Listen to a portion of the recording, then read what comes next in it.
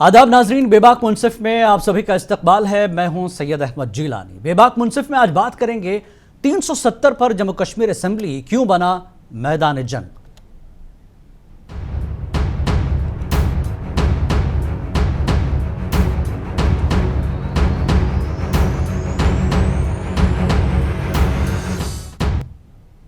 नाजरीन, जम्मू कश्मीर असेंबली 370 को लेकर मैदान जंग बना रहा और शुरुआत पीडीपी ने की। अब ऐसे में एनसी भी कैसे पीछे रहती।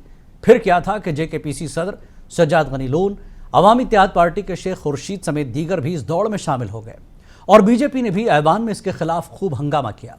इस एक इशू के बीच अवामी मसाइल पूरी तरह से गुम हो गए और सभी पार्टियां ऐवान में एक दूसरे के खिलाफ नारेबाजी करते रहे और यूं ही असेंबली की कार्रवाई में अवामी मसाइल से अवामी नुमाइंदे भागते रहे।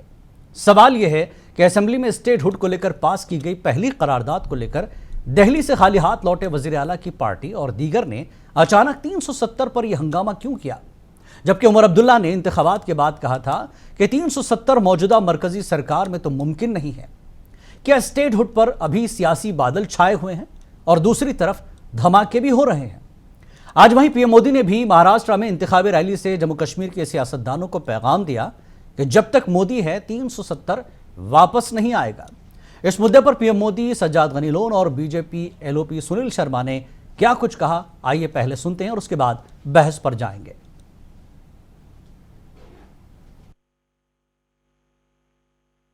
याद रखो, तुम्हारे ये मंसूबे कामयाब नहीं होंगे। कश्मीर में अब केवल और केवल बाबा साहब आम्बेडकर का संविधान ही चलेगा। ये मोदी का फैसला है। दुनिया की कोई ताकत अब कश्मीर में आर्टिकल 370 की वापसी नहीं करा सकती। क्या बोला? How very reacted to 5 August 2019. Please, I beg you, it is not about brownie points. मेरी गलती भी होगी। हो सकता है कभी न कभी हमें आला अदलिया के पास जाना पड़े। आज से 15 साल बाद, 10 साल बाद जो आज के हाउस का यहाँ जो निकलेगा यहाँ से in the form of a resolution, trust me, my hand on my heart, it will be a historical milestone. कि जम्मू कश्मीर की असेंबली की हिस्ट्री में आज का दिन सबसे डार्केस्ट दिन माना जाएगा। एक काला चैप्टर असेंबली के इस इतिहास में ये और इस पूरे मुद्दे पर बात करने के लिए आज हमारे साथ खास मेहमान हैं जिनका मैं तारुफ पहले करा दूं। फिरदौस नबी साहब हैं, लीडर एनसी हैं, और इंजीनियर साहिल भट्ट बशीर लीडर बीजेपी हैं, और साथ ही सोहेल काजमी साहब हैं, सीनियर पॉलिटिकल एनालिस्ट जम्मू से जुड़ चुके हैं, और बशीर अहमद खान हैं, प्रेसिडेंट HMPO यानी एसोसिएशन है के प्रेसिडेंट है, hot mix plants power association के। आप सभी का इस्तकबाल है इस अहम बहस में। सर, जानना चाहेंगे बशीर साहब कि असेंबली में जो बीजेपी ने कहा कि करारदाद गैर कानूनी है और असेंबली से मंजूर की गई करारदाद मुबहम है, सज्जाद लोन कहते हैं, और वहीं स्पीकर कहते हैं कि करारदाद गैर कानूनी नहीं हो सकती। बशीर अहमद खान साहब, माफ कीजिए, हेलो, फिरदौस नबी एनसी के जो लीडर हैं अभी हमारे साथ, स्पोक्स पर्सन। जी बताएं। जी, आप पर इल्जाम लग रहा है कि आप ड्रामा कर रहे हैं। मैच फिक्स हुआ है बीजेपी के साथ, यह भी इल्जाम है, और असेंबली में आपके स्पीकर कहते हैं गैर कानूनी नहीं है, लेकिन पूरी तरह से इसको गैर कानूनी बताया जा रहा है। क्या जवाब देंगे आप बीजेपी को? देखिए, कहने वाले तो बहुत कुछ कहते हैं, वैसे जुमले तो बहुत कहे बीजेपी सरकार ने। वो जुमले हमें याद है आज भी और अभी भी हमारे कानों में गूंज रहे हैं। बहरहाल जो हमने करना है वो हम करके दिखाएंगे। हमने वादा किया था कि जैसे ही हम असेंबली में आएंगे और एक रेजोल्यूशन पास होगा, और वो हमने कर दिया अल्हम्दुलिल्लाह। आज हम हमारे जम्मू कश्मीर के अवाम को इतनी खुशी है, हम लोगों को इतनी खुशी है कि जो इन्होंने 5 अगस्त 2019 में यहाँ के अवाम के साथ गद्दारी की थी, यहाँ के अवाम को सताया था, यहाँ के जम्मू कश्मीर के अवाम को एक जेल में तब्दील कर दिया था, एक खुला प्रिजन बनाया था। आज नेशनल कॉन्फ्रेंस की सरकार ने, आज नेशनल कॉन्फ्रेंस की बहादुर लीडरों ने जवाब दे दिया उसका, और हमने दिखाया कि हम कर सकते हैं, जम्मू कश्मीर के लोग इसको रिवर्स कर सकते हैं। आने वाले वक्त में आप देखेंगे जिस तरीके से सुप्रीम कोर्ट में भी इस पे फैसला आया था 2 बार इससे पहले भी, और आप देखेंगे आने वाले वक्त में भी ये सुप्रीम कोर्ट इंशाल्लाह फिर से इसको रिवर्स करेगा, दफा 370 वापस होगा, 35 से वापस होगा, स्टेटहुड वापस होगा। यानी आप मानते हैं सुप्रीम कोर्ट के बाद ही होगा? देखिए मोदी जी का, तो फिर असेंबली में यह करारदात क्यों? आप जब मान रहे हैं कि ये सुप्रीम कोर्ट से आएगा या पार्लियामेंट से आएगा, फिरदौस, तो फिर ये करारदाद असेंबली में पास हुई है, क्या मतलब है इसका? जी जी जी जी देखिए, जम्मू कश्मीर के लोगों ने आज बता दिया जो हमने पहले कहा था कि हम इसको नहीं मानते, ये गैर आईनी है, गैर कानूनी है, ये अनकॉन्स्टिट्यूशनल है, और हमने ये इसको आज करारा जवाब दिया। आज हिस्टोरिक डे है या हिस्टोरिक सेशन है आज असेंबली का, जो आज उमर अब्दुल्ला साहब ने कहा कि एक हिस्टोरिक सेशन है ये, क्योंकि आज हमने दिखा दिया उस बीजेपी को, उस गुंडागर्द सरकार को और उन गुंडागर्दों को। फिरदौस आप अपनी बात जरूर रखें, लेकिन किसी के लिए ऐसे शब्द इस्तेमाल ना करें। फिरदौस प्लीज रुकिए, इनकी आवाज म्यूट कीजिए। फिरदौस सुनिए, आपकी आवाज नहीं जा रही है एयर पे, आपकी आवाज टीवी पर नहीं जा रही है। फिरदौस सुन लीजिए, आप अपनी बात रखिए, तहम्मुल से रखिए, दलील के साथ रखिए, पूरा मौका मिलेगा, लेकिन किसी भी पार्टी या शख्स को ऐसे अल्फाज इस्तेमाल न कीजिए। मैं आपको टीवी पर ऐसे अल्फाज इस्तेमाल करने की इजाजत नहीं दूंगा, गुंडा वंडा नहीं चलेगा, ठीक है? चलिए इनकी आवाज खोलिएगा, इनकी आवाज खोलिए। जी बशीर,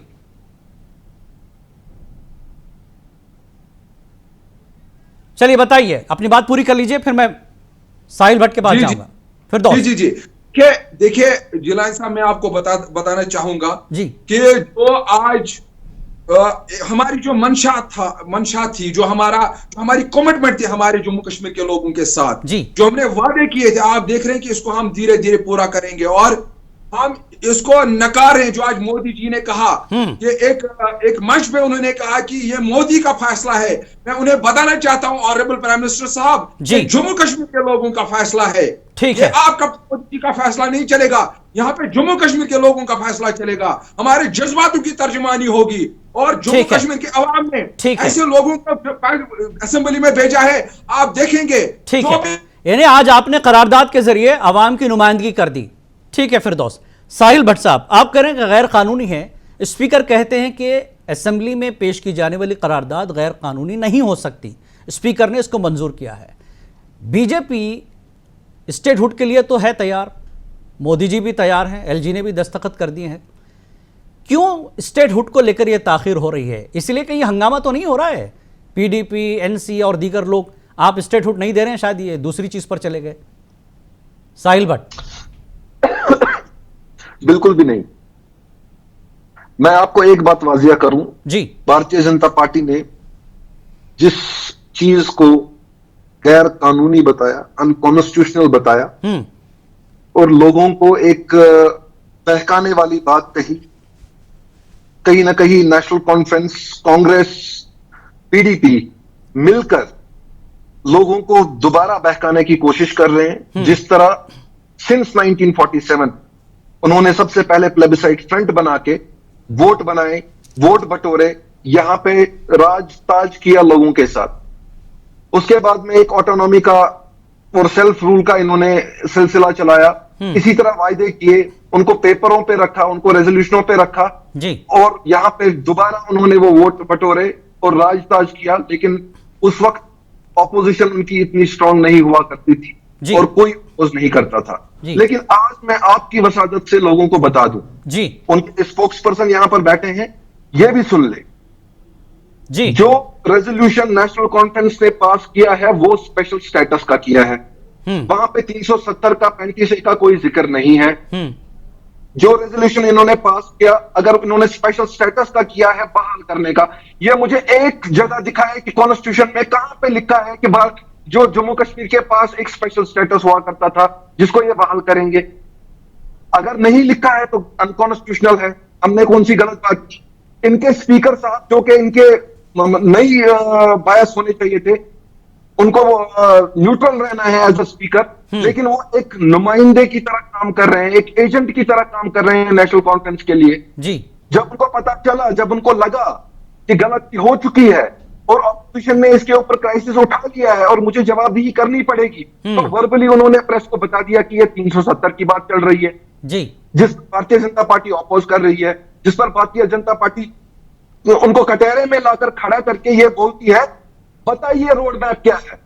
जो जहां पे सुप्रीम कोर्ट है, इंडिया की, भारत की सबसे आला अदालत है, उन्होंने अपना वर्डिक्ट दे दिया है on the floor of parliament जी। With the majority of number, वो पास हुआ है भाई साहब। लेकिन साहिल फिरदौस ये कह रहे हैं कि हमने करारदाद पेश करके ये बताया कि ये अवाम की तर्जुमानी है, अवाम ये चाहते हैं जम्मू कश्मीर के। उनका कहना ये है, ये करारदाद ये सबूत है इस बात का कि जम्मू कश्मीर के अवाम चाहते हैं, जिन लोगों ने मैंडेट दिया है हमको, हम उनकी तर्जुमानी कर रहे हैं इस करारदाद से। बिल्कुल नहीं, लोगों ने इनको मैंडेट दिया है 12 गैस सिलेंडर फ्री देने के लिए, लोगों ने इनको मैंडेट दिया है 5 लाख नौकरियों के लिए, लोगों ने इनको मैंडेट दिया है बिजली के यूनिट्स फ्री करने के लिए, लोगों ने इनको मैंडेट दिया है यहां पर पीस बरकरार रखने के लिए, लोगों ने इनको मैंडेट दिया है यहां पे डेवलपमेट के लिए। लेकिन इनके मैनिफेस्टो में भी था मैंडेट नहीं दिया साहिल साहब, एनसी के मैनिफेस्टो में भी था 370। सजाद गनी लोन ने कहा 370 हम सबसे बड़ा है और वो आज नहीं तो कल लाएंगे जरूर, सब मैनिफेस्टो में रख रहे हैं इसको। देखिए ये सजाद गनी लोन साहब को मुझे लगता है वो पढ़े लिखे इंसान है जी। ये सेपरेटिज्म का और ये बाकी जो उनके सर पे भूत चढ़ा हुआ है, ये हंदवाड़ा में चलेगा, उनकी कॉन्स्टिट्यूंसी में, असेंबली में नहीं। उनको ये समझना पड़ेगा ये करारदाद जो भी हुआ है ये पार्लियामेंट में हुआ है, विद नंबर्स हुआ है। कोई बेवकूफ इंसान ही मुझे लगता है ये समझेगा कि जिस चीज को पार्लियामेंट ने किया है उसको असेंबली कैसे कर सकती है। ठीक है, ठीक है। सोहेल काजमी साहब हमारे पास हैं, इसका जो पॉलिटिकल एनालिस्ट हैं, माहिर हैं, इस चीज़ों पर नजर रखते हैं। सोहेल साहब, आपने दोनों प्रवक्ताओं को सुना, एनसी को भी सुना, बीजेपी को सुना, ये पूरा एक हफ्ता आपने असेंबली की कार्रवाई भी देखी और स्टेटहुड को लेकर पहली करारदाद पास होती है और उसके बाद ये सारा ड्रामा होता है। ये क्यों हो रहा है? जम्मू कश्मीर के अवाम इस पर क्या कुछ सोच रहे हैं आपकी नज़र में? सोहेल काजमी साहब। देखिए, जो कुछ हुआ है जिलानी साहब, बड़ा अनफॉर्चुनेट है। लोगों का जो मैंडेट है उसको मुझे लगता है 90 के 90 लेजिस्लेटर्स को सल्यूट करना चाहिए और लोगों के एस्पायरेशंस के लिए असेंबली सेशंस मुनक्कद होते हैं और इनका सेक्शन जो है, और कभी कभी तो ऐसा होता है कि 2 दिन बढ़ाए जाते हैं कि कुछ और इश्यूज जो कॉन्स्टिट्यूंसी सेंट्रिक हो, पीपल सेंट्रिक हो, पीपल वेलफेयर सेंट्रिक हो, उनको उठाया जाए और फौरी तौर पे ऑनरेबल स्पीकर और वहां बैठे हुए जो भी एडमिनिस्ट्रेशन के लोग होते हैं वो उस पे एक्टिव हो जाते हैं और वो मसाइल के हल ढूंढते हैं। अब बदकिस्मती से जो हमने इलेक्शन देखी और जिस तरह का मैंडेट भारतीय जनता पार्टी को 29 MLA और एक थम्पिंग मेजॉरिटी जो है नेशनल कॉन्फ्रेंस को मिली है, तो ठीक है, भारतीय जनता पार्टी पिछले 4-5 साल से कोशिश कर रही थी 50 पार। वो एक दुख है कि वो 50 पार नहीं कर पाए। वो अंदर से दुख रहता है कि इतना कंड्यूसिव एटमॉस्फेयर बना, इतनी अच्छी पोलिंग हुई, इतनी अच्छी पोलिंग परसेंटेज आई, 20 ममालिक के डिप्लोमेट्स यहाँ हमारी इलेक्शन को देख रहे थे, फ्री फेयर ट्रांसपेरेंट इलेक्शन हुई, तो वो एक उनके दिल में शायद ये एक सदमा है कि वो सरकार नहीं बना पाए और उसी के रिटेलिएशन में और मैं आपको ये बता दूं जिलानी साहब कि आउट ऑफ 90 और इनके 29 डाल के मैक्सिमम फेसेस वो हैं जो न्यू फेसेस हैं, जिनको असेंबली का जो अपना आइन है, असेंबली का जो अपना कॉन्स्टिट्यूशन है, असेंबली की जो प्रोसीडिंग्स का रखरखाव है, तरबियत पता नहीं, हाँ अहमियत क्या है और उसमें क्या पीपल सेंट्रिक इश्यूज हैं जिनको उठाना है, नहीं पता है। और हमने देखा है, मैं खुद भी 2 बार मेंबर रहा हूं बेस्ट लेजिस्लेटिव अवार्ड कमेटी का, कि स्पीकर का इंडिवर होता है कि नए जितने भी लेजिस्लेटर्स आते थे उनको प्रॉपर जो है काउंसलिंग की जाती थी और वहां का जो सेक्रेटरीट है, वहां के जो एम्प्लॉइज हैं, वो बताते थे कि असेंबली टोटली डिफरेंट वर्क करती है अदर देन एडमिनिस्ट्रेटिव जो सेक्शंस है, तो वो एक प्रॉब्लम है। दूसरी ये है कि असेंबली एक वाहिद सेक्शन होता है जिसमें मीडिया हाइप बहुत मिलती है। आप देखिए कि 4 दिन का आज 5वां दिन था कि पूरा नेशनल मीडिया, आपका मीडिया, इंटरनेशनल मीडिया भी कभी कभी हम देखते हैं वो भी वहां कवर कर रहा होता है और एक दूसरे को बदतमीजी से या मार्शल्स बाहर लेके जाते हैं। और आप कभी कभी तो हमने ऐसा देखा था इंजीनियर चीफ जब को उसको मार्शल आते थे तो वो जानबूझ के खड़े हो जाते थे, टांग खड़ी कर देते थे या कुछ और करते ताकि अच्छी फोटोग्राफ आए, अच्छी मीडिया में हाइप मिले और उनके इश्यू हैं रेस्ट ऑफ इंडिया में दिखाई दे। But it is unfortunate. देखिए रेजोल्यूशंस पहले भी बहुत मैंने देखा है 96 जब 2/3 मेजोरिटी थी फारूक अब्दुल्ला सरकार की, तो ऑटोनॉमी की रेजोल्यूशन और भी 1-2 रेजोल्यूशन उन्होंने पास की थी। पास करना जो है वो स्पीकर का इंडिवर रहता है।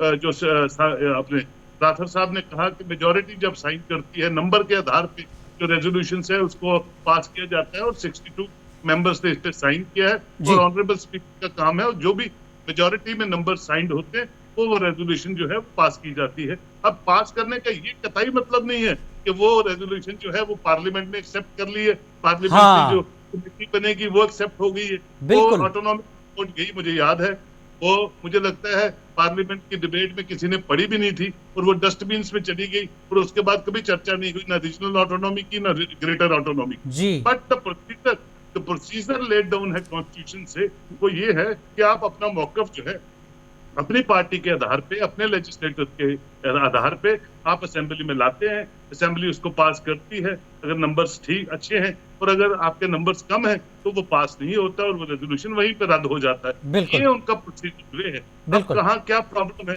लेकिन आज मैं देख रहा था इस 4 दिन के सेशन में, 5 दिन के सेशन में जिलानी साहब, क्योंकि महाराष्ट्र की इलेक्शन है, कुछ एक और स्टेट की इलेक्शन है, तो ये मुद्दा वहां गरमा रहा है। कश्मीर से सीधा कन्याकुमारी बिल्कुल बिल्कुल जो आर्टिकल 370 बीच में आ गया, सबको पता है आर्टिकल 370 नहीं आएगा, ऑनरेबल सुप्रीम कोर्ट का प्रोरोगेटिव है।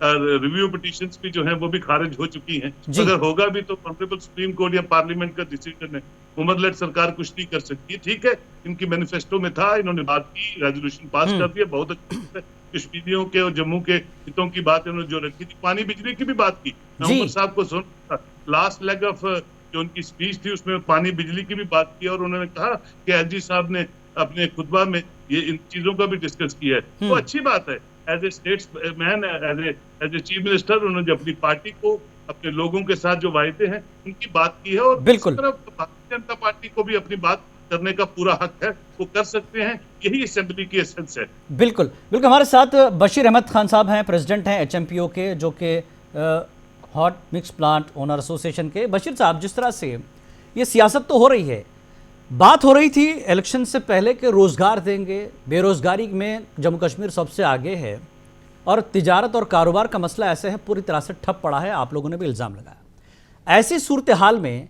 आप लोग अपने आप को कहाँ देखते हैं? जम्मू कश्मीर के नौजवानों का मुस्तकबिल क्या है रोज़गार को लेकर? बशीर साहब अनम्यूट कीजिए, ऑडियो नहीं आ रहा है जी। आ रहा है जी, बताएं। जिलानी साहब, शुक्रिया मैं आपका कर रहा हूँ कि आपके चैनल के माध्यम से मेरी बात आपके जरिए पूरे विश्व में जाएगी, पूरे देश में जाएगी, मेरे स्टेट में जाएगी। तो जो ये मुद्दा आपने मुझे बताया कि ये बेरोजगारी के हवाले से, मैं आपको एक गुजारिश करूँ। 2014 में बदलाव के तहत लोगों ने यहाँ पार्टी को लाया, कोलिशन गवर्नमेंट बनी, तो लोगों ने ये सोचा था शायद वो कुछ चेंजेस आएंगे, कुछ रोजगार के हवाले से कुछ डेवलपमेंट्स होगी, पीस होगा। लेकिन हमने देखा है सिविल सोसाइटी मेंबर और Jammu Kashmir hot mix plant owners association का एक मैंडेट है, वो डेवलपमेंट में बड़ी मतलब अपनी योगदान देती है, अपना इन्वेस्टमेंट करती है। तो हमारे साथ एक बड़ा तबका इन्वॉल्व है, और 1-2 लाख लोग हमारे साथ जुड़े हुए हैं, जिनमें skilled, non skilled technicians, engineers वाबस्ता होते हैं। और अनफॉर्चुनेटली 2014 से फिर 18 तक, और 18 से लेकर 24 तक हमने जो हालात देखी, हमने जो इनका रवैया देखा, उस कोलेशन का जी 470 करोड़ रुपए हमने अपना कॉलोनाइजेशन के हवाले से सहायता की, इन्वेस्ट किया, क्योंकि उन्होंने कहा था कि कोटा में सैलाब की वजह से सड़कें खराब हो गई थी, लेकिन उन्होंने आज तक 2024 तक वो पूरी रकम हमें वापस नहीं की। इसमें केंद्र से, तो इस वक्त केंद्र में सरकार है, उनकी पार्टी भी कनेक्शन में थी। तो अब ये रोजगार के हवाले से क्या नया लाएंगे? यहाँ इनका प्रोग्राम यही है, जहाँ रोजगार मिलता था, तो यहाँ सरकारी जरिया थे, जहाँ रेट निकलती थी, बाउंड्री निकलती थी, वहाँ लोग अपना सेल्फ एम्प्लॉयमेंट करते थे। जो मजदूर जाते थे, रेत बाहर निकालते थे, फिर उसको जो गवर्नमेंट अपनी जो उनका एक ये होता है, क्या लेते हैं वो रॉयल्टी लेते हैं जी, जो गाड़ी वाले अपना रोजगार उससे मुझसे लिखा, तो सब कुछ स्मूथली चलता था। लेकिन आपको उम्मीद बंदी थी, आपको उम्मीद यह बंदी थी बशीर साहब कि चलिए इलेक्शन हो गया है, अवामी मसाइल हल होंगे, और आप जैसे कई बिजनेसमैन लोग, ये सारे लोग इन्वेस्टमेंट करते हैं, चाहते थे कि ज्यादा इन्वेस्टमेंट आए ताकि लोगों को रोजगार मिले। अब असेंबली की इस कार्रवाई को देखते हुए आप क्या उम्मीद कर रहे हैं कि लोग कैसे इन्वेस्टमेंट करेंगे और नौजवानों को कैसे रोजगार मिलेगा? क्या कोई हल है? बहैसियत आप चेयरमैन सरकार को कोई तजवीज देंगे यहां से? जैसे आप 370 की बात बाद में करें, पहले रोजगार की बात करें। बेशक इन्होंने रोजगार को यहाँ जितने मौके थे, जब यहाँ लोकल फिरदौस, मैं आऊंगा आपके पास जी। इन्होंने बहुत से कॉन्ट्रैक्टर लाए और उनको यहाँ कॉन्ट्रैक्ट अवार्ड किए, और उन्होंने अपने साथ सारी मशीनरी, अपने लेबर्स, अपने टीम लाए, जिसकी वजह से यहाँ हमारे तबके में बेरोजगारी बढ़ गई, क्योंकि सरकारी सेक्टर में यहाँ नौकरियों का उतना चांसेस बेरोजगारी के लिए नहीं है, इसमें स्किल्ड नॉन स्किल्ड लेबर्स है।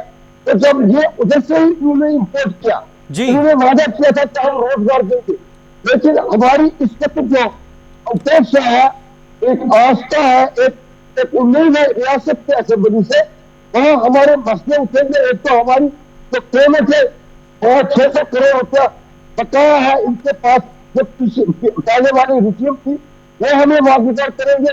और जो हमारी एक आदेश बनना चाहिए, लेजिस्लेशन बननी चाहिए कि यहाँ की रोजगार के मुआवजे सिर्फ यहाँ के कश्मीरी यूथ, जम्मू कश्मीर दोनों प्रांतों से जो हमारे कुछ है वो कॉन्ट्रैक्ट लेनी चाहिए, ताकि वो अपने साथ जुड़े हुए लोगों को उसमें जोड़ सके।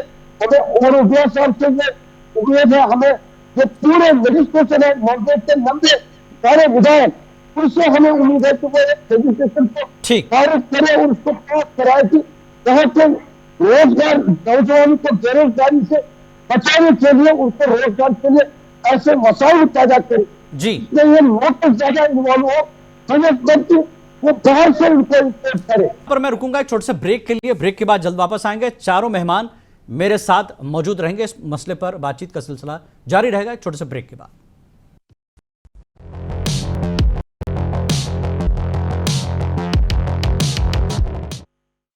बात चाहे मुल्क की हो या फिर मिल्लत के हो मसाइल, मसला तालीम से जुड़ा हो, सियासी हो या फिर माशी, ख्वातीन के हकूक की बात हो, नौजवानों के मसले हो या फिर पसमानदा तबके से जुड़े मुद्दे, दानिश्वरे मुल्क के साथ हम इन मुद्दों पर चर्चा भी करेंगे और इन्हें सुलझाएंगे भी। हाल ही में प्राइम मिनिस्टर नरेंद्र मोदी ने मुसलमानों को ज्यादा बच्चे पैदा करने वाला समाज कहते हुए मुखातिब किया था कि मुसलमानों ने आज़ादी के बाद से जो अपने तौर पर जो कोशिशें की हैं अपनी तालीम में आगे बढ़ने के लिए, समाज के हर तबके की नुमाइंदगी करता मुनसिफ टीवी का खास प्रोग्राम मुल्क, मिल्लत और मसाइल।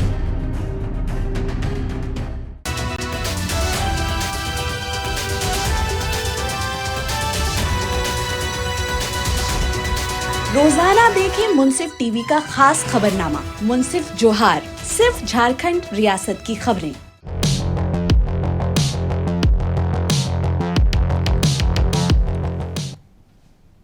बेबाक मुनसिफ में एक बार फिर आपका इस्तकबाल है। आप देख रहे हैं 370 पर जम्मू कश्मीर असेंबली में जो कि मैदान जंग बना रहा, क्या कुछ सरगर्मियां हैं, इस सिलसिले में हमारे साथ चार मेहमान जुड़े हुए हैं। फिरदौस नबी एनसी से हैं और साहिल भट्ट साहब बीजेपी से हैं। सोहेल काजमी साहब को एक के बाद एक हम दीगर को जोड़ेंगे, चूंकि कुछ वीडियो का एरर आ रहा है, यहाँ पर ऑडियो पर हमने इनको जोड़ लिया। फिरदौस नबी, जिस तरह से बातचीत हो रही थी, हमने देखा बशीर अहमद खान साहब ये कह रहे हैं कि जो मसाइल पिछले 5 साल से मुद्दा बनकर सामने आ रहे थे, लोगों के रोजगार का मसला है, लोगों के कई मसाइल थे जो बेसिक नीड्स है, उस पर बात ना करके 370 जिसमें पार्लियामेंट में फैसला हो गया, ठीक है, सुप्रीम कोर्ट आप जा रहे हैं, ऐसे में जरूरत किस चीज की है वो पहली देखी जानी चाहिए, क्योंकि लोगों के पास रोजगार का मसला है, खाने का मसला है, बिजली का मसला है। आप इन मुद्दों को छोड़कर 370 पर सियासत कर रहे हैं, ये इल्जाम है बीजेपी का। देखिए, बीजेपी के बड़े इल्जाम है, इनकी बातें हैं, सिर्फ बातें जी। बाकी ये करने के लिए सिर्फ लोगों को उलझा रहे हैं ऐसे मसलों में। आज तक हमने यही देखा, ये हमें अपना जो है भाषण न दें, इनका हम सुनना नहीं चाहते, क्योंकि इन्होंने जो बदहाली लाई है जम्मू कश्मीर में, बेरोजगारी, अगर ये बात करें बेरोजगारी, तो तब से तो यही थे यहाँ पे, ये तो कब से, ये तो सेंट्रल गवर्नमेंट में भी यही है, यही तो यहाँ पे जम्मू कश्मीर में गवर्नर राज था, इनकी पहले सरकार चली थी पीडीपी के साथ, यही तो थे यहाँ पे। इन्होंने तो बदहाली लाई यहाँ पे, इन्होंने बेरोजगारी लाई यहाँ पे, इन्होंने गैस सिलेंडर 400 रुपए का 1100 रुपए का कर दिया, इन्होंने यहाँ पे बिजली फीस 100 रुपए से 1200 रुपए, 1500 रुपए, 2000 रुपए तक कर दिया, इन्होंने यहाँ पे हर एक चीज में महंगाई कर दी, इन्होंने क्या नहीं किया। तो अब आपकी सरकार है, आपकी सरकार है, इन चीजों पर आप काम करते तो एक अच्छा मैसेज जाता ना। फिर मैं आपको जवाब देना चाहता हूँ, प्लीज। आप जिस तरीके से आपने 3 माज़ज़ मेहमानों को टाइम दिया, आप मुझे जवाब दीजिए। बताइए। हम सरकार में हैं, हम जवाब हैं और हम जवाब देंगे, हम रिस्पॉन्सिबल है और हम रिस्पॉन्सिबिलिटी को मानते हैं। ऐसी बात है कि हम इसको आज हमारे ऑनरेबल जो मिनिस्टर है सतीश शर्मा साहब, उन्होंने ऑन द फ्लोर उन्होंने कहा जो हमने गैस सिलेंडर की बात की है, हम उसका वो वादा पूरा करेंगे, हमने डबल राशन की बात की, हम वो वादा पूरा करेंगे, जो भी हमने वादे किए वो हम पूरा करेंगे। लेकिन जो हमारे साथ खिलवाड़ किया गया 5 अगस्त 2019 को, हमने आज इनको दिखा दिया कि जैसे ही सरकार हमारी बनेगी और हम इंशाअल्लाह रहमान इसको रिवर्स करेंगे। एक तो ये साहिल भट्ट, ठीक है, फिरदौस मैं आऊंगा अभी, साहिल भट्ट को भी मौका दूं। मुझे आप कंप्लीट कर लीजिए प्लीज। जी जल्दी कीजिए, सबको मौका देना। जी गवर्नर साहब ने इन्होंने क्या रखा है यहाँ पे, इन्होंने चपरासी बाहर से लाया है यहाँ पे कश्मीर में, इन्होंने प्रिंसिपल सेक्रेटरी से लेके यहाँ पे जहाँ पे जो है कांस्टेबल तक बाहर से लाए, इन्होंने जितने भी ऑफिसरान है वो बाहर के यहाँ पे इस वक्त काम करें, जितने भी ठेके यहाँ पे बड़े बड़े ठेके जो है यहाँ पे कॉन्ट्रैक्ट जो है जो भी यहाँ पे कंपनीज काम करे वो बाहर की यहाँ पे काम। हमारे जम्मू कश्मीर के नौजवान इसीलिए बेरोजगार है, यहाँ पे इसीलिए है, यहाँ पे बेरोजगारी इसीलिए है, यहाँ पे इन्होंने क्या किया, इन्होंने इसका जवाब लेंगे, बर्बाद कर दिया है। बीजेपी से जवाब लेंगे, फिरदौस जवाब ले लेंगे। साहिल साहब, एलजी की सरकार रही 5 साल में, सब कुछ रहा, ठीक है, आप पर जो कुछ इल्जामात यहां पर फिरदौस ने लगाए हैं, जवाब दीजिए। साहिल भट्ट। देखिए, मैंने फिरदौस साहब की जो लास्ट वाली बात है वो सुनी, वो I am sorry because of internet में पूरी सुन नहीं पाया। इन्होंने यहाँ के वसाइल की बात की, इन्होंने यहाँ के एम्प्लॉयमेंट की बात की, इन्होंने बात की कि अनकॉन्स्टिट्यूशनली जो है आर्टिकल 370 को एब्रोगेट किया गया। जी। इन्हीं के लीडर फारूक अब्दुल्ला साहब, इन्हीं के लीडर उमर अब्दुल्ला साहब, ग्लोबली उन्होंने प्रेस कॉन्फ्रेंस की, प्रेस में उन्होंने बोला कि 370 वापस लाने में शायद हमको 100 साल लगेंगे। उन्होंने बिलखुसूस जिस दिन उन्होंने अपनी ताजपोशी कराई, उस दिन भी उन्होंने 370 के बारे में बात की कि it is not possible through this government. ये इनके स्टेटमेंट है, मैं कोट कर रहा हूं। जी। जहां तक इन्होंने वसाइलों की बात की कि बाहर से आपने लाए और बाकी चीजों की जो बात की, यहाँ की अवाम, यहाँ के नौजवान इन्हीं को सोशल मीडिया हैंडल्स पे पूछ रहे हैं कि यहाँ के पावर प्रोजेक्ट्स बाहर किसने बेचे थे। उस वक्त भारतीय जनता पार्टी नहीं थी। जी। यहाँ के जो बड़े बड़े रेलवेज के और बाकी चीजों के जो प्रोजेक्ट्स इनके टाइम पे हुए, उस वक्त जो कॉन्ट्रैक्ट्स बाहर गए, वो कॉन्ट्रैक्टर्स यहां पर किससे लाए? उस वक्त भारतीय जनता पार्टी नहीं थी। जो चीजें, जो इल्जामात, लेकिन अभी 5 साल का जो ब्यौरा है वो यूसुफ तारेगामी साहब ने भी आज पूछा है कि एलजी अपना रिपोर्ट कार्ड दें, पिछले 5 साल में एलजी ने यहां कहां काम किया है। यूसुफ तारेगामी ने भी आज सवाल किया है इस पर। आज जिस तरीके से यहां के इलेक्शंस हुए हैं, बैक टू बैक 2 इलेक्शंस हुए हैं, जिनको हम एक त्योहार की तरह सेलिब्रेट किया हम लोगों ने, सब लोगों ने, किसको क्या हिस्से मिला, कौन जीता कौन हारा, मैं उस पर नहीं जाऊंगा, लेकिन जमहूरियत में जिस तरह यहाँ के नौजवानों ने हिस्सा लिया, जिस वोट को हराम देकर करार दिया गया था, यहाँ के नौजवानों को महरूम किया गया था, वो वोट आज लोगों ने डाला, यहाँ के नौजवानों ने डाला, वो सबने देखा। 6% नहीं, इस बार 60% की वोटिंग हुई। ये भारतीय जनता पार्टी की अचीवमेंट है। साहिल साहब, फिरदौस का सवाल ये था कि बेरोजगारी क्यों बढ़ी? 5 साल में एलजी का दौर था, मरकज की सरकार से मदद ली जा रही थी। इन 5 सालों में जम्मू कश्मीर के लिए एलजी सरकार ने क्या कुछ किया? सवाल है ये आपसे।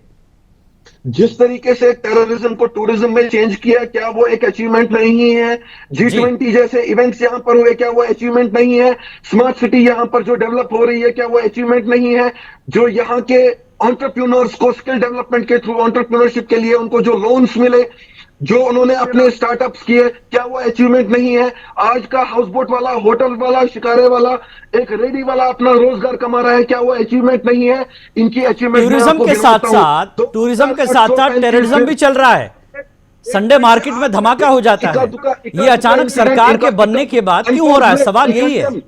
Unfortunate, we condemn, it's very unfortunate. लेकिन हमको ये भी साथ में देखना पड़ेगा कि हमारा नापाक हमसाया पाकिस्तान यहाँ पर बैठा हुआ है। हमारा नापाक हमसाया इसमें मुदाखलत कर रहा है, जिनको ये पसंद नहीं है कि जम्मू कश्मीर की आवाम, जम्मू कश्मीर का नौजवान आगे बढ़े, और उनको शाना बशाना साथ देने वाले, मैं माफी चाहता हूं, पीडीपी और नेशनल कॉन्फ्रेंस है, उनके हाथ खूनों से रंगे हुए हैं, यहाँ के नौजवानों के खून के हाथ उनके साहिल साहब, लेकिन यही पीडीपी के साथ आपकी सरकार रही, मुत्तू की मौत का इनको जवाब देना होगा। पीडीपी के साथ आपकी सरकार रही, इनको जवाब देना होगा। उस बीजेपी के साथ उमर अब्दुल्ला भी रहे मरकज में, जिनकी यहाँ पे खून की नदियां बहाई गई। ठीक है, ठीक है साहिल साहब, अभी तकरीर का वक्त नहीं है। साहिल प्लीज तकरीर का वक्त नहीं है, अभी आवाम देख रहे हैं, लोग चाहते हैं कि आप आवाम के मुद्दों पर बात करें।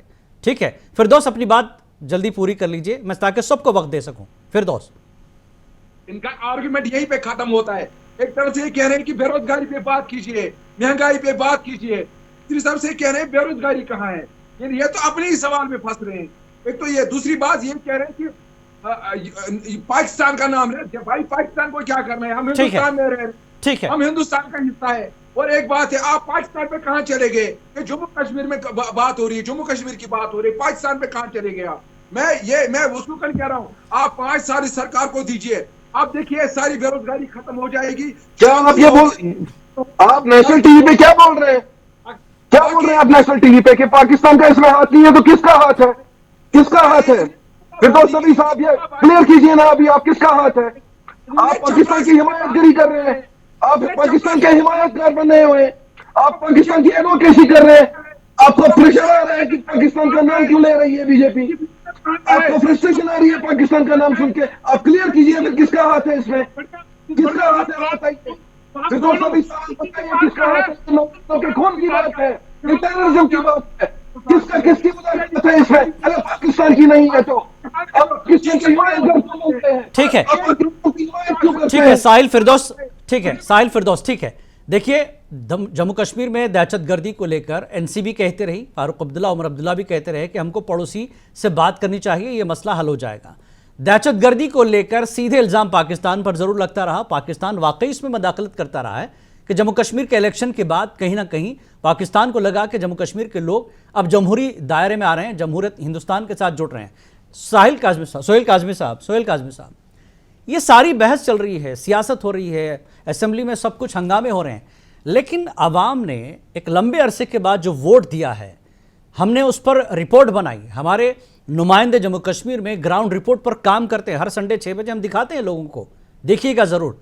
वो लोग कभी ये नहीं करें कि हमको इस वक्त 370 चाहिए, 35, वो कह रहे हैं कि हमें रोटी चाहिए, रोजगार चाहिए।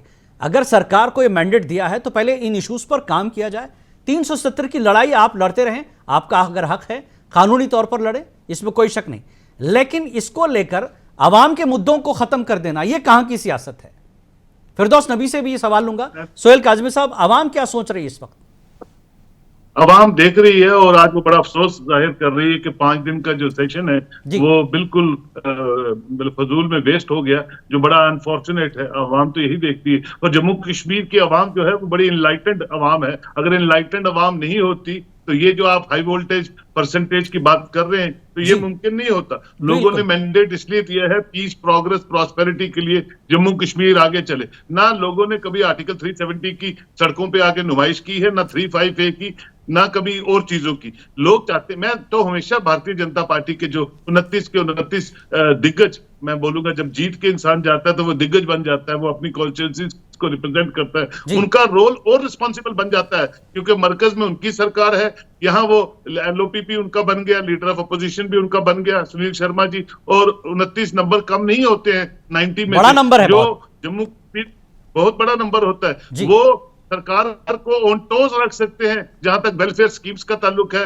लोगों की रिहेबिलिटेशन का ताल्लुक है, लोगों की एस्पायरेशंस का ताल्लुक है। और इलेक्शंस का क्या पता होता है जिलानी साहब, साल चलेगी सरकार, 2 साल चलेगी, फिर लोगों के पास जाना है, क्या पता ये 29 का नंबर 39 में बदल जाए या 49 में बदल जाए। तो ये चीजें मैं समझता हूं दोनों तरफ से, जो गवर्नेंस में है और जो अपोजिशन में है, both side the responsibility double 4 गुना बढ़ गई है जिलानी साहब रिस्पॉन्सिबिलिटीज। जहां तक जम्मू कश्मीर की एक जो ट्रस्ट डेफिसिट है जो जम्मू और कश्मीर के बीच में, उसका जो गैप को फुलफिल करने की बात है, जो उमर अब्दुल्ला साहब ने भी कहा, मैं भी कहता हूं कि 5-6 सालों में जहां अच्छे काम हुए हैं वहां ट्रस्ट डेफिसिट भी जो है वो बड़ा बढ़ गया है, गैप बढ़ गया है जम्मू और कश्मीर के बीच में, between Dogras and Kashmiri, between the administration and the public especially, because 5 सालों में कोई एडमिनिस्ट्रेटिव विंडोज यहाँ खुली नहीं थी, कोई आदमी किसी विंडो पे जा नहीं सकता था, जम्मू कश्मीर के लोग महरूम थे हर सिस्टम से। अब अल्लाह के फजल से यहाँ सरकार आई है, आपके पास सब पार्टीज के नुमाइंदे हैं, किसी के 3 हैं, किसी का 1 है, किसी के 29 है और किसी के 44 है, 45 है। अब प्लेज जो है आगे चलना है, उस पीस को प्रवेल करने के लिए सबको एक पेज पे आना है। और मैं आपसे ये भी कहता हूँ, अच्छा यही होता है मिलिटेंसी, क्रॉस बॉर्डर टेररिज्म या पाकिस्तान को जो बातचीत करनी है, जो भी है, वो they have all to sign a memorandum on 1 page as far as negativity जो है जिनसे हम झेल रहे हैं उसकी बात अगर आप करें। और अच्छी बात है, आप कहीं ना कहीं एनसी के साथ भी रहे हैं, आप कहीं ना कहीं पीडीपी के साथ भी रहे हैं, अंदर से सब आप आपस में रिश्तेदारी होते हैं। सिर्फ असेंबलीज के सेशन में जो है उसको आप लोगों के एस्पायरेशन पे आगे चलाइए, यही लोगों की दिल है, यही ये बात है, ख्वाहिश है। बिल्कुल बिल्कुल बिल्कुल। फिरदौस, सोहेल काजमी साहब जिस तरफ इशारा कर रहे हैं, सोचिए आप बीजेपी के साथ रहे, बीजेपी पीडीपी के साथ रही, फिर ये ड्रामा क्यों हो रहा है? अवामी इश्यूज को लेकर क्यों ड्रामा हो रहा है? हकीकी मुद्दे कहां हैं? ड्रामा यहाँ पे सिर्फ बीजेपी कर रही है। मेरी बात सुनिए आप जी। ये इनको जम्मू वालों से पूछे, इन्होंने टोल प्लाजे दिए वहां पे, इन्होंने शराब की दुकानें खोली वहां पे, इन्होंने दरबार बोर्ड खत्म किया, इन्होंने दफा 370 खत्म किया, इन्होंने स्टेटहुड खत्म किया। इन्होंने दिया क्या है जम्मू कश्मीर को? इन्होंने बेरोजगारी दी जम्मू कश्मीर। मेरी बात सुनिए आप, मुझे लेट मी कंप्लीट। अगर ये वाकई अगर इन्होंने कुछ दिया होता तो ये फॉर्म नहीं, ये यहाँ पे अपने कैंडिडेट्स खड़ा नहीं कर पाए कश्मीर में। अगर इन्होंने कुछ दिया होता कश्मीर के लोगों को, आज इनका तादाद ज्यादा होता, आज इनकी सरकार होती जम्मू कश्मीर में, आज इनको यहाँ से मार्शल बाहर नहीं निकालते असेंबली से, आज ये बाहर बाइकआउट नहीं करते, आज ये वहां पे प्रोटेस्ट नहीं करते, आज ये हुकूमत में होते। और आप देखिए कि यही इनको आज हमारे अवाम ने सिखाया। जम्मू कश्मीर के अवाम इतनी बेवकूफ अवाम नहीं है, ये ऐसी अवाम है तो जो जानती है कि हमें क्या करना है। देखिए, आप हमसे सवाल पूछे, हम अपनी जिम्मेदारी से नहीं भागेंगे, लेकिन एक बात, आप सरकार को 6 महीना, 8 महीना, 1 साल चलने दीजिए, फिर आप सवाल करिए हमसे, हम आपके लिए जवाब देंगे। हम आपको, लेकिन पहले उनसे आप जवाब लीजिए जिन्होंने बाहर का चपरासी, बाहर का एसएसपी यहाँ पे लगाया कश्मीर में, जिन्होंने बाहर के मुलाजिम यहाँ पे कश्मीर में लगाए, कश्मीरी के नौजवानों को बेरोजगार किया। यहाँ पे इन्होंने बाहर के जितने भी बड़े ठीक है, वो बाहर के। फिरदौस जवाब ले लेंगे, बहुत सवाल हो गए आपके। Let me finish. मैं 1 मिनट में फिनिश कर रहा हूं। मुझे आप एक चीज बताइए, इन्होंने मेरे जैसे पढ़े लिखे नौजवान के लिए क्या रखा है कश्मीर में? इन्होंने क्या रखा है? इन्होंने बदहाली रखी यहाँ पे। इन्होंने कश्मीर के, अगर आप यहाँ के व्यापारी को पूछे, ये कह रहे हैं ना टूरिज्म टेररिज्म से टूरिज्म यहाँ पे पहले भी था, यहाँ पे इलेक्शंस पहले भी हुए, यहाँ पे वोटिंग पहले भी हुई, यहाँ पे सब कुछ पहले भी हुआ। ये इनके वक्त से नहीं हुआ, ये आज ये हिस्टोरिक डे आज है जब हमने इनको बताया कि हम रेजोल्यूशन को पास कर सकते हैं। हमने जो वादे किए, आपने कर दिया, रेजोल्यूशन पास कर दिया आपने। आप इसी शो में, मैं आपको चैलेंज करता हूं, इसी शो में आप मुझे 6 महीने, 8 महीने, 1 साल के बाद बुलाइए। चलिए साहिल जवाब दीजिए। एनसी के बहुत इल्जामात, आपने दिया कुछ नहीं, लिया है कश्मीर से सिर्फ।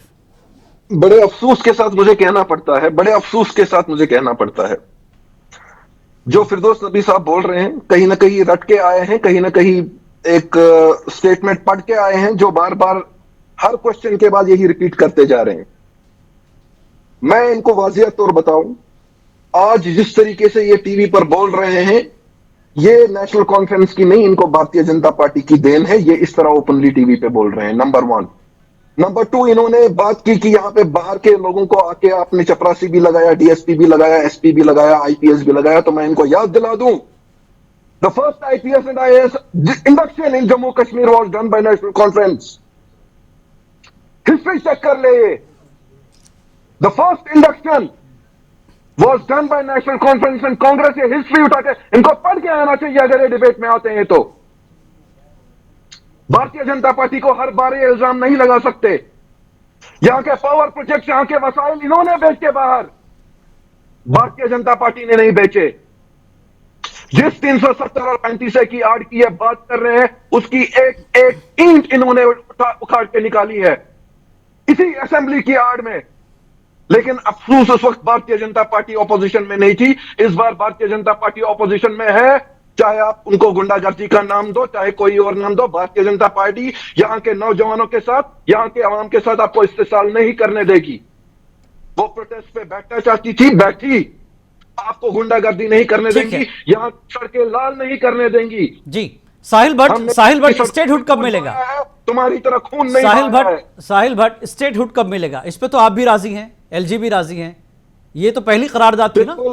क्या कहीं इस चीज को लेकर तो सियासत नहीं हो रही साहिल कि स्टेटहुड नहीं मिला, चलो हंगामा करते रहे, काम ना हो? जिलानी साहब जी मैं आपको बोलता हूं, दुनिया इस भारत के जो सबसे वरिष्ठ नेता है जी, जो वरिष्ठ ओहदेदार हैं, honourable prime minister and honourable home minister ji, they have promised to people of Jammu and Kashmir, यहाँ की आवाम से वादा किया है।